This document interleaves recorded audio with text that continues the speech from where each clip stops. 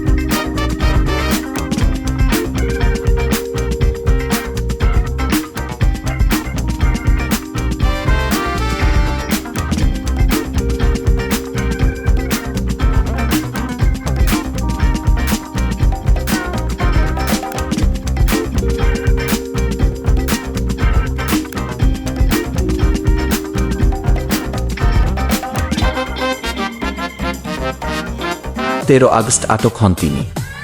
DMP commissioner Mainul Hasan গণমাধ্যমকে বিষয়টি নিশ্চিত করেছেন। রাজধানীর সদরঘাট এলাকা থেকে তাকে গ্রেপ্তার করা হয়েছে বলেও জানিয়েছেন তিনি।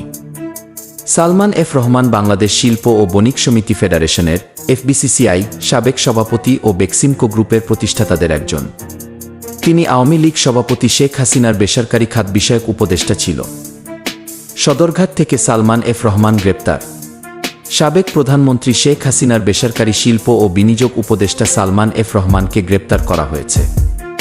মঙ্গলবার 13 আগস্ট আটক হন তিনি। ডিএমপি কমিশনার মাইনুল হাসান গণমাধ্যমকে বিষয়টি নিশ্চিত করেছেন। রাজধানীর সদরঘাট এলাকা থেকে তাকে গ্রেপ্তার করা হয়েছে বলেও জানিয়েছেন তিনি। সালমান এফ রহমান বাংলাদেশ শিল্প ও বণিক সমিতি ফেডারেশনের এফবিসিসিআই সাবেক সভাপতি ও বেক্সিমকো গ্রুপের প্রতিষ্ঠাতাদের একজন। তিনি আওয়ামী লীগ সভাপতি শেখ হাসিনার বেসরকারি খাত বিষয়ক উপদেষ্টা ছিল। সদরঘাট থেকে সালমান এফ রহমান গ্রেপ্তার। সাবেক প্রধানমন্ত্রী শেখ হাসিনার বেসরকারি শিল্প ও বিনিয়োগ উপদেষ্টা সালমান এফ রহমানকে গ্রেপ্তার করা হয়েছে। মঙ্গলবার 13 আগস্ট আটক হন তিনি। ডিএমপি কমিশনার মাইনুল হাসান গণমাধ্যমকে বিষয়টি নিশ্চিত করেছেন। রাজধানীর সদরঘাট এলাকা থেকে তাকে গ্রেপ্তার করা হয়েছে বলেও জানিয়েছেন তিনি। সালমান এফ রহমান বাংলাদেশ শিল্প ও বণিক সমিতি ফেডারেশনের এফবিসিসিআই সাবেক সভাপতি ও বেক্সিমকো গ্রুপের প্রতিষ্ঠাতাদের একজন। তিনি আওয়ামী লীগ সভাপতি শেখ হাসিনার বেসরকারি খাত বিষয়ক উপদেষ্টা ছিল।